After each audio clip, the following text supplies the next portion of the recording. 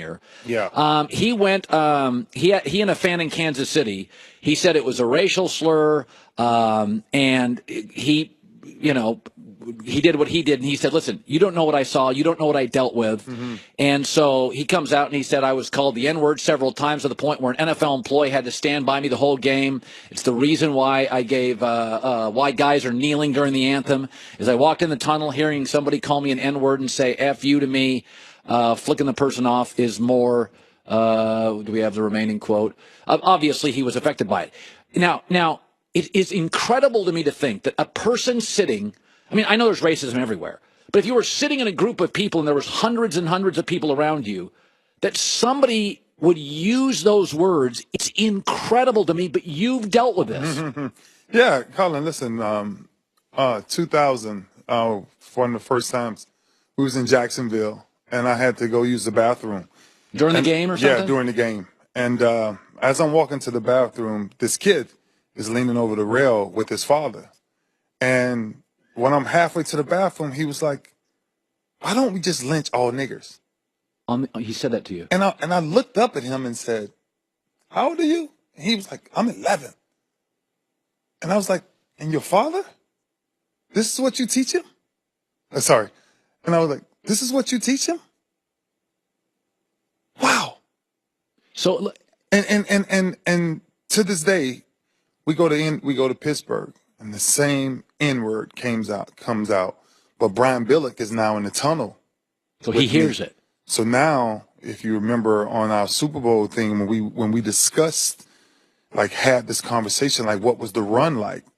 He shared that experience because he was in the tunnel with me one of the first times to actually hear the N-word used like that. It is incredible. So, by the way, when you called out the child and the father, did anybody around them?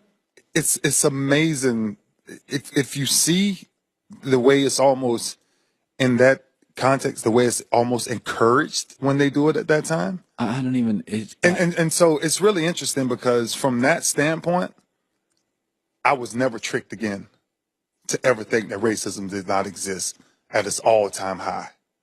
All-time high. Well, it's just there's always been ignorance, and I think ignorance is with anger, and we're a more venomous society than ever. So the idea that it's not part of our society, it's a bad thing, man. And and that's why a lot of things that I started to do, even in all the communities that I started working in, was because I saw how great that division was.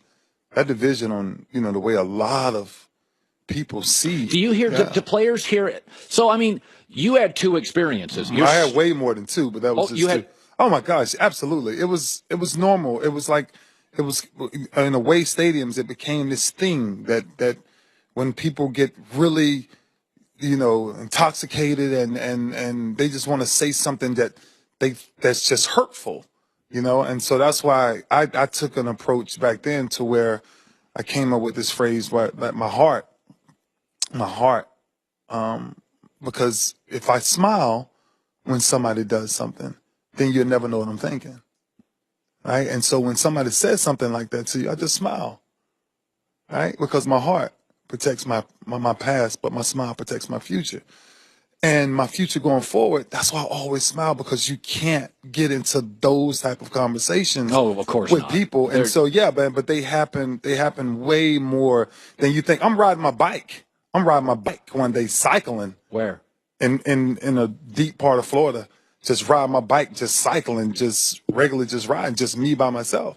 And people don't know who I am or whatever. And these group of kids pass by and just yell out, "Get off the road!" The N-word. I'm like, really? Like, we're still there? But yeah, we are. So it's a reality that I've never been tricked again to make me think that does not exist. And that's why it's a conversation that you gotta have. Yeah. You really do. You gotta have it with your kids. And so I've had that conversation many times. Yeah. Ray Lewis, 2 Super Bowls, 13-time Pro Bowler. I want to move into now Cam Newton. Yeah. And my takeaway on Cam is, and you and I have had these conversations either on or off the air, but greatness isn't a moment. It's a choice. Cam's more of about a diet. I'm going to eat well today. Aaron Rodgers, Russell Wilson, this is who I am. Yeah. You played with a lot of guys, and this is Cam to me. Cam is people I've worked with who have a great day or a moment, but the next day they come in with a hangover, right? So Cam's history is, off great games or seasons, he has some of his worst games. So Cam plays great against the Patriots.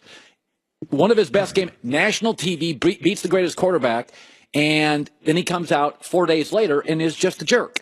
Like when you look at Cam as a leader, just the word leader, what is he missing? Awareness. Leaders have to always be aware of their surroundings. What's coming out of their mouth?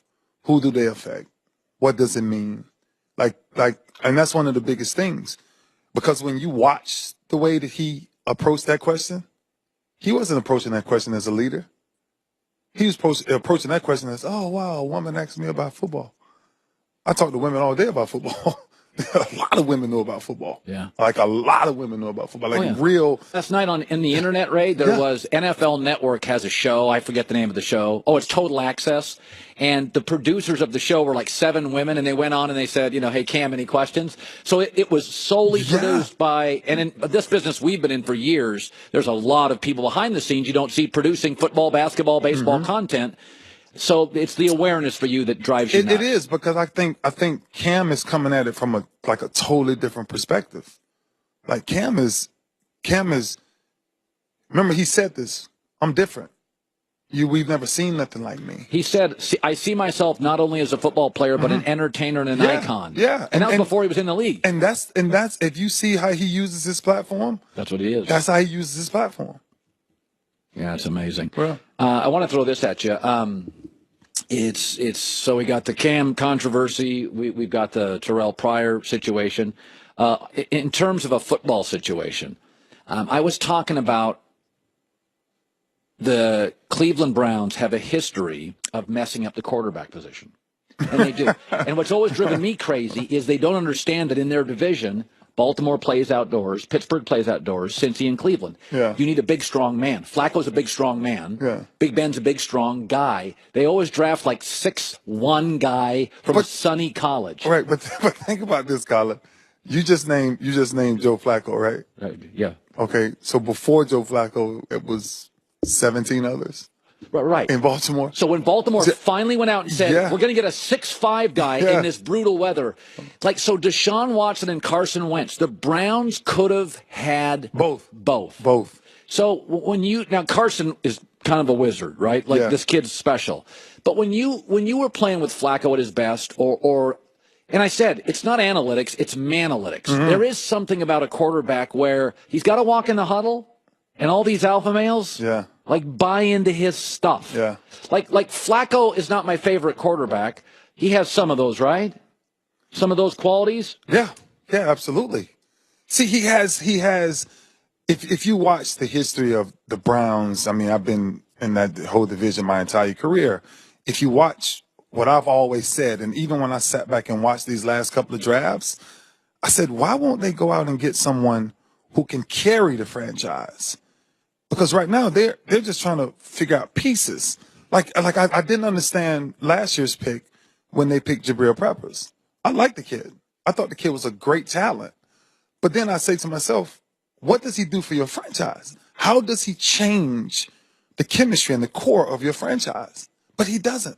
And if you go over the history from the moment that I came in the National Football League, you ask yourself, who has ever been that player, Colin, in Cleveland's history since 1996? They haven't had the guy. That guy. Offense or defense. But they have the same pools to pull from that all other NFL teams have. The Steelers have dozens. The Ravens have dozens. So what's missing there? You ask yourself, you keep putting all these pieces together in Cleveland, right? And you patch these people in. But what's actually missing? And you ask me, it comes from top down. Well, of course, it's the owners and the GMs. Yeah. You have to find players that changes cultures. And if you watch the Cleveland Browns, many, many years, they have never had that household name that changes the locker room. The locker room. They just don't do it. They just don't do it. And I don't know why, but it is what it is. And they just let two awesome quarterback goes with Carson Wentz and Deshaun Watson. I mean, to pass up on me, I'm always been a Deshaun Watson fan. If anybody passed up on Deshaun Watson, you're asking yourself, what was I looking at that anybody that need a quarterback and passed on Deshaun Watson, I'm asking, what film are you watching? Like, because he's a born winner, and he has what we call it. Yes. You don't have to think about it. That's what the kid at USC has, Sam Darnold. As soon as you see it. Yeah, Sam doesn't have a great arm. Yeah, Sam's not the fastest. Yeah. Sam's got it. He's got it. Yeah. Absolutely. Ray Lewis, good seeing you, buddy. Absolutely. Back in a second. Coming up next, speaking of that, a fan base, not Philadelphia, is just proving something that, well, we'll try to teach this fan base.